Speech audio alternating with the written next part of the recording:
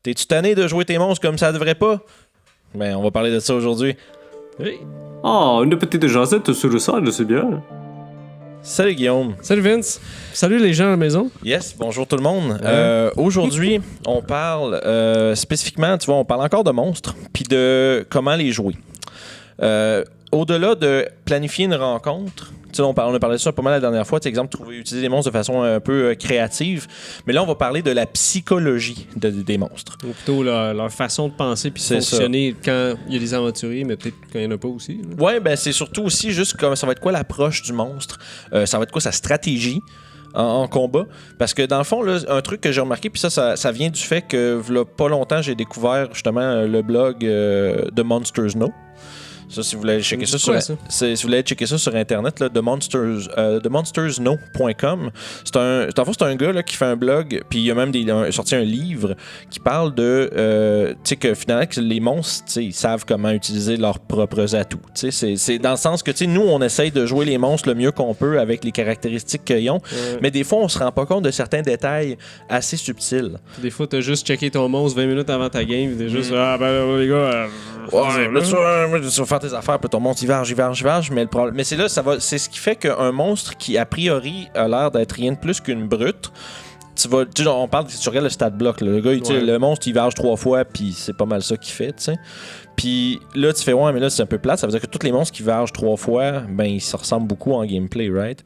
Mais là, la différence que ce blog-là amène, c'est la psychologie derrière le monstre, puis qu'est-ce qui, tu sais, puis il va vraiment mettre le doigt sur des caractéristiques du monstre qui définissent comment il devrait se comporter. Par exemple, est-ce que le monstre est proficient en stealth? Si ton monstre est plus discret que juste sa dextérité, fait que qu'il est proficient en... Ça veut dire qu'il s'est pratiqué puis il le fait ça veut dire souvent, que c'est probablement un prédateur. Ça veut dire que c'est probablement un monstre qui va jamais genre être d'en face de tes aventuriers quand ils vont le rencontrer. Il va sûrement lui être le premier à attaquer de l'ombre. Peut-être que ça va donner l'opportunité à tes joueurs de le spotter. Mais ça va pas nécessairement être facile parce qu'il est bien caché. Il va les suivre sur le côté, il va les traquer pendant un bout, puis à un moment, aussitôt qu'il y en a un qui se sépare du groupe, il va le snapper. Tente dedans. Fait que tu sais, c'est toutes des affaires de même que ce blog-là apporte, puis ça m'a amené à réfléchir différemment à comment les stats du monstre se transposent en stratégie. Puis ça, c'est vraiment plus comme le corps du sujet qu'on va parler aujourd'hui. Comme là, par exemple... les dernières affaires que j'ai lues, par exemple, j'ai lu l'article sur les ghouls et les ghast, puis comment ils devraient se comporter. Entre autres, les ghouls ont une valeur d'intelligence moindre, vraiment plus basse. Fait que ça veut dire que leur comportement est beaucoup animalistique. C'est ça. Ouais. Fait que ça, c'est des choses que je dis qui pointent des détails du stat block qui donnent un genre d'insight sur comment le monstre devrait jouer, ça, c'en est un encore. Ça veut dire que des fois, il fait pas des choses tactiquement qui ont rapport, mais qui ont rapport avec comment... C'est que le but primaire d'une goule, c'est de se nourrir. Puis c'est se nourrir de viande sur quelque chose qui est pas mort encore. Oh, comme s'il peut faire d'autres ghouls, c'est pour ça. C'est pour ça que ça marche. Je pense dans les vieilles éditions, il y avait ça. Je manger ou quelque chose. Je pense que c'est peut-être plus ça, à moins que ce soit peut-être les ghast. Puis là, bref, ça pour dire que les ghouls ont ce genre de désir-là, de sustenance, là, qui doivent se nourrir, entre autres, sur tes aventuriers. Puis, par exemple, quand tu te mets en tête, OK, le but premier, c'est de manger, ça veut dire que si on mangeait ce qu'il y avait à manger, puis qu'ils se sont... là, c'est rendu là, ils décident est-ce qu'ils peuvent être rassasiés ou pas. Puis s'ils sont rassasiés, ils vont juste sacrer leur camp. Là. Ouais, ils vont mourir ici puis se faire taper dessus. Ils vont peut-être en manger un. Ils vont en crisser un à terre, ils vont le manger le plus qu'ils peuvent, puis après ça, ils s'en vont. T'as déjà fait ça? Manger quelqu'un, non.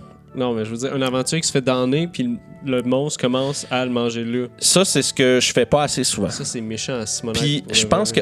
moi, je pense en tant que DM, je me dis ça là, mais je pense qu'aussitôt, comme maître de jeu, que tes joueurs sont capables de résurrection relative, comme Revivify, puis des trucs comme ça, que ton ennemi, ou un ennemi intelligent ou un monstre, juste finisse les aventuriers qui sont damnés, je pense que ça devrait être ça. Je pense qu'on gêne souvent de genre continuer à... Tu sais, on dit toujours... De varger sur le gars. Non, mais c'est ça. Le gars, il tombe à terre, puis soudainement, genre, le monstre, il fait juste « Je ne suis plus intéressé » puis il s'en va. Puis là, souvent, tu te dis « Ouais, mais tu sais, peut-être qu'il le mangerait, tu sais, qu'il te le ramasserait pas mal. » Ou un ennemi intelligent, il va juste faire « Ben non, tu sais. » Puis surtout dans un monde où t'as des... Dans un monde... S'il y a d'autres doutes qui te vargent, toi, tu sais... Ça, c'est des affaires. Sauf que dans un monde où il y a de la magie divine, puis que la guérison fait... puis quelqu'un se lève, là, qu'une créature intelligente vit dans le même monde. Là. Fait que c'est quelque chose que, tu sais, OK, lui, il guérit, il faut que je le finisse avant qu'il le. Si elle dit pas de faire ça, puis il connaît ça. Ouais, j'avoue, mais je pense que les Ghast aussi, ils savaient des choses de même. Justement, tu sais, comme les Ghast, ils ont une aptitude à. à résister au Turn Undead. Ok, c'est dans leur stats, ça? Puis toutes les ghouls autour d'elle aussi. Fait que ce que ça veut dire, c'est qu'un Ghast va reconnaître rapidement la source du turning, tu sais, je sais pas c'est quoi en français Turn Undead, mais bref. Fait que la Ghast va vraiment reconnaître la source du turning, puis va probablement coordonner les ghouls vers cette source-là. Fait que probablement qu'il y a des bonnes chances que si tu joues un groupe de ghouls qui ont des Ghasts comme leader, ils vont swarmer le priest puis ils vont essayer de le défoncer le plus vite possible. Cool, parce que quand c'est ça, tu vois, c'est exactement la réaction que j'ai eue quand j'ai commencé à lire ce blog-là. Puis c'est pour ça que je voulais en parler aujourd'hui. Puis aussi, juste pour partager avec les gens à la maison. C'est sûr, c'est en anglais. Fait que si vous parlez pas anglais, c'est Google Translate, vous allez vous rendre. Là. Mais tu sais, et puis ça m'a vraiment surpris à quel point il y a tous les monstres sur ce blog-là.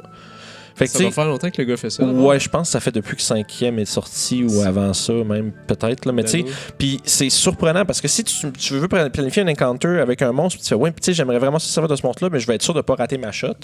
Ben, une petite lecture, puis immédiatement, tu as un plan de match. Puis ça, c'est ce qui est le plus fun parce que souvent, comme moi, comme DM, c'est mon plus gros problème. Moi, je suis quelqu'un qui aime beaucoup la mécanique du jeu puis qui aime beaucoup justement essayer d'utiliser les choses au maximum. Puis là, je me rends compte, ben non, je faisais vraiment pas bien ma job depuis le début. Fait que ça pour dire que les monstres, leur valeur d'intelligence, leur proficiency, ça va te dire qu'est-ce qu'ils sont censés être bons et capables de faire. Ça. Moi, je sais que souvent, je base mes actions en fonction de s'ils sont intelligents ou pas, ou des choses comme ça. Puis tu sais, après ça, tu peux te faire comme mentalement une genre des braquettes d'intelligence. Tu sais, comme à quel point est-ce que... tu sais, parce que le niveau d'intelligence aussi, ça va aussi déterminer à quel point, probablement à quelle vitesse le monstre ou l'ennemi va retraiter. Parce que ça veut dire, si il est trop cave, ça va qu'il va mourir. Non, mais tu sais, il y a pas une question d'être trop cave, c'est juste de se rendre compte, ça va pas, ce fight-là va pas dans ma direction pantoute, puis genre rapidement. Tu sais, pas au moment où il est rendu gravement blessé, rendu quand il est rendu moyen, tu sais, quand il a perdu un peu moins que la moitié de ses points de vie, là, il commence à faire, ok, je gagnerai peut-être pas ce combat-là, je vais faire une retraite. Quand tu pognes ici, toi, t'es monstre, c'est quand tu t'es fait retreat? Je te dirais, là. Par rapport au point de vie, là, mettons. Ben. Mettons, si on strictement en termes de point de vie, si c'est pas un monstre qui est comme un orc, ça sauvera pas la plupart du temps. Parce qu'un orc, c'est sauvage, ça veut se battre, ça va se battre à la mort. Un beast, une créature. Mais un beast, je te dirais, si mettons des loups, par exemple. Tu sais, les loups sont 4-5, ils arrivent en pack. Quand il y a peut-être deux, tu sais, quand la moitié du pack commence à être mort, puis qu'ils ont pas l'air d'avoir, eux, de leur côté, tu sais, ils ont pas réduit le nombre d'adversaires non plus. Tu sais, qu'il y a personne qui a été downé dans les aventuriers, ben là, probablement que les loups vont juste faire non, tu sais, on a perdu des morceaux, on s'en va. Tu sais, ça peut être quelque chose comme ça. Puis ça, c'est un truc qui est important. C'est la retraite de vos monstres, là, les amis à la maison, c'est important parce que après ça fait qu'ils vont, ils vont mieux se préparer puis ils vont peut-être revenir. Puis ils vont peut-être avertir des gens. Tu sais, c'est avec des chums. Un combat qui finit avec juste des ennemis se sauvent puis les aventuriers font yes, on a gagné. Ben, il y a des conséquences à ça qu'il faut penser puis pas oublier.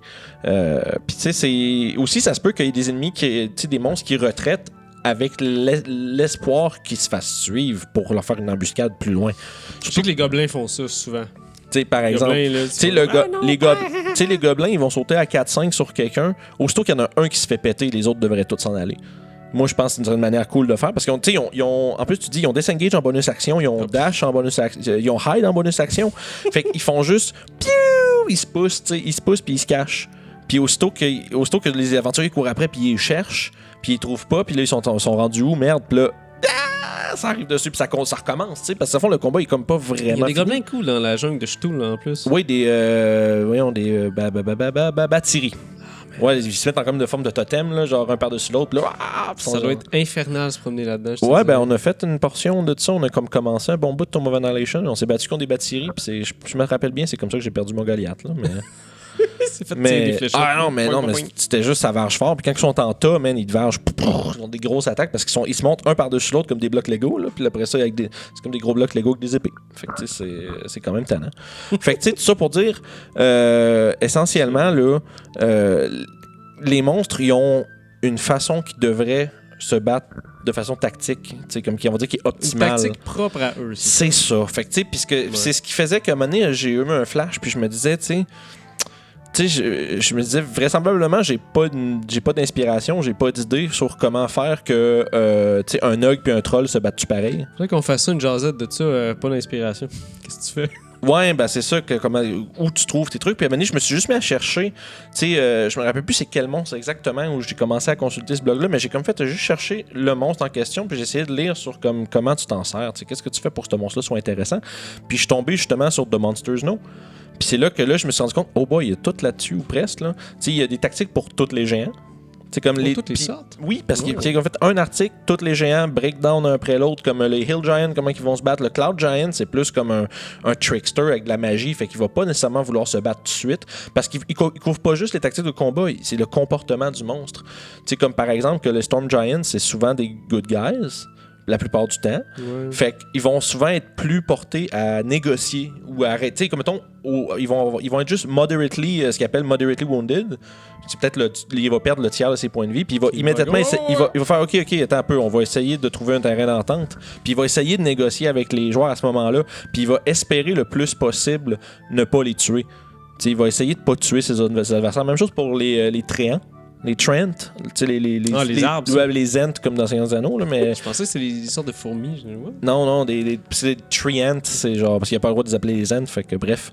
Puis, comme par exemple, les Treant, tu sais, ils protègent des forêts, mais ils sont pas evil. Ils veulent juste pas qu'il y ait de trespassing. Fait que si on s'entend, à part si t'es en train de foutre le feu dans la forêt, là, si t'es en train de trespasser sur un endroit que les autres ils veulent pas qu'il y ait d'intrus, ils vont essayer de t'avertir puis de te le dire, va-t'en. Puis va-t'en. Puis si jamais tu veux, ben ils vont te péter la gueule, mais ils vont te frapper avec de la force non létale. Puis quand ils vont avoir knocké out tout le monde, ils vont vous pogner, puis ils vont vous pitcher en dehors de la forêt, puis vous allez vous réveiller là, genre comme là, vous êtes en dehors de la forêt, vous êtes fait laisser là. J'espère qu'on va voir des trends dans notre game des vagabonds, c'est cool. Oh, peut-être bien. J'ai jamais joué contre ces bonhommes-là, mais ça a l'air juste le fun. En tout cas, un Treant, c'est fort. Là. C'est des grosses Sauf affaires. Du feu, mais c'est correct, c'est vite, tout croche, anyway. Ouais, il va manquer. Mais, tu sais, fait il va nous dire ça des commentaires. Fait que, tu sais, je te dirais, tu sais, ouais, c'est ça, les gens, Sève encore avec ses jets de merde. Mais, oh non, c'est plate pour Alex, on n'est pas fin, hein. Mais il est habitué. Il est habitué de tout rater. Mais, tu sais, je te dirais que, tu sais, la raison pour laquelle je voulais vraiment parler de ça aujourd'hui, c'est parce que ça fait pas longtemps, ça fait peut-être une couple de semaines là, que j'ai découvert ça, puis je me suis comme fait, les monstres, the monsters know what they're doing. Mais ça met plus de vie, je te dirais. Ben oui, parce que c'est là que tu te rends compte que, tu sais, parce qu'à un moment donné, varger dans des méchants, puis jusqu'à ce qu'ils tombent, tu peux le faire avec tous les méchants, puis ça va être essentiellement le même combat. Parce que on a parlé des encounters puis tout, puis tu sais, je parlais d'utiliser les monstres de façon un peu unorthodoxe des fois, tu sais, d'utiliser de sortir un peu de la boîte, mais là aujourd'hui on parle de comment rester dans la boîte, puis faire exactement le mieux possible la psychologie du monstre en combat, c'est quoi ses tactiques, c'est quoi. Cool avec ça, c'est que des fois justement tes joueurs sont capturés, ben, ça fait une mission d'aller chercher tes potes. Ben oui, tu sais. Puis tu peux faire quelque chose de cool avec ça, un camp de je sais pas quoi aller. Ben juste, tu sais, ça se peut que des orques qui tuent pas immédiatement leurs adversaires, peut-être qu'ils sont des orques qui ont une vénération genre pour Grumsh ou quelque chose comme ça, puis qui veulent les offrir en sacrifice à son dieu, fait qu'ils les tuent pas tout de suite, ils vont les tuer plus tard. Fait que là, tu sais, des affaires comme ça, tu sais, ou ben un bon vieux classique, le troll il a pas faim là, fait qu'il les amène avec eux, puis il va manger. J'avais fait ça un moment donné, j'avais fait une game, mes aventuriers, ils ont vu juste un chevalier dans le milieu de la route tout cabossé, puis là finalement ils ont jasé avec, puis il s'est fait pogner par un géant, il a pogné son cheval, il a pogné son écuyer, puis il s'est juste joué avec. C'est drôle, ça. Je peux pas manger ça. C'est ça, c'est en métal, ça va faire mal dans les dents. C'est fin que le pogné, puis il te le choque. Il te le lance. Oui. Fait que là, ce qu'il avait fait, il avait pogné l'écuyer, il avait mis dans son sac, il a juste comme écrit dans une petite cage comme un oiseau dans son repère. Ben, tu sais, c'est toutes des affaires que tu peux faire vraiment intéressantes. C'est quand tu réfléchis à, OK, le monstre, pourquoi il est là, puis qu'est-ce qu'il fait. T'sais, surtout quand tu comme des humanoïdes, surtout des hobgoblins qui ont en plus une rigueur militaristique incroyable. Ça, je te dirais. Pas assez, mais sauf qu'en même temps, c'est que qui dit rigueur militaire dit ça veut dire qu'il y a une raison, ça veut dire que tu sais c'est pas je trouve que c'est sûr que des fois tu peux faire un entre guillemets random encounter, je veux dire c'est une patrouille d'une warband qui est plus loin, tu sais ça se peut que tu ailles juste puis que les autres ils font comme des voyageurs, on peut leur voler leur stock. puis mettre ça dans mon truc. Puis tu sais, des fois, la motivation... Des raids sur le side. Ouais, c'est ça. Fait que tu sais, des fois, la motivation des monstres est pas nécessairement ultra complexe non plus, là. Sauf que moi, je parle vraiment en termes de comment ils vont se battre, quand ils vont retraiter, ça peut varier d'un monstre à l'autre. Puis surtout, comme quand tu te rends compte, si le monstre est proficient en stealth, ça serait peut-être cool ça serait peut-être cool de s'en servir. S'il est proficient en perception, il va peut-être justement se canter quelque part, puis il va attendre de s'assurer. Puis aussi, c'est à quel point le monstre va attaquer. T'sais, il va-tu examiner le niveau du danger qui se met contre lui? Comme je reviens à l'exemple du Cloud Giant. Si le Cloud Giant, je cite plus ou moins le texte que j'ai lu, mais c'est essentiellement quand le Cloud Giant a l'impression que ce qui se tient devant lui est vraiment pas tant dangereux. Ben, c'est ça, il va se foutre un peu d'eux autres. Il va dans le sens où il va essayer de les tricker, il va leur faire croire des affaires parce qu'il sait que s'ils veulent se battre, il va gagner. T'sais.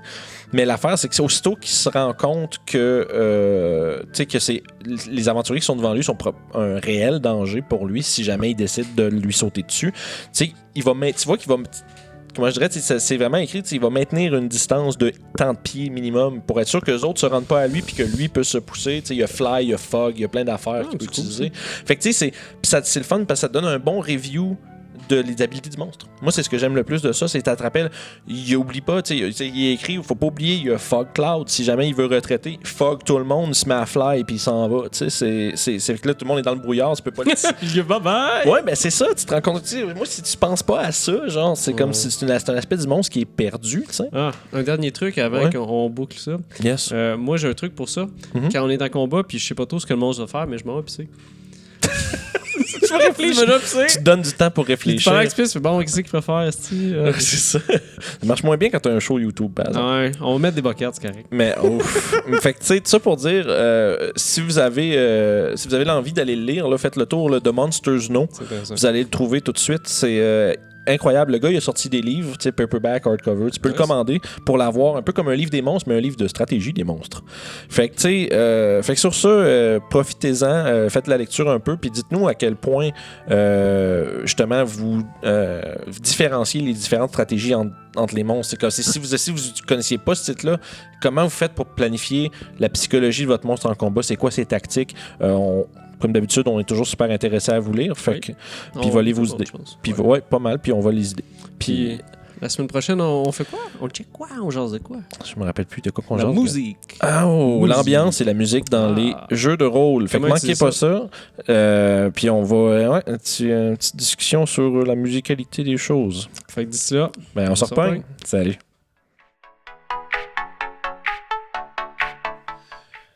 Dans les trolls, des ogres, des orques. Oh! Hey, je suis en train de préparer la prochaine game des Vagabonds, ça va être vraiment cool. Si vous voulez toutes les voir, il faut vraiment pas oublier de s'abonner à RPG Suicide. Vous pouvez faire ça en cliquant juste ici. Puis les autres épisodes des Vagabonds du Délimbir sont juste là. Yes!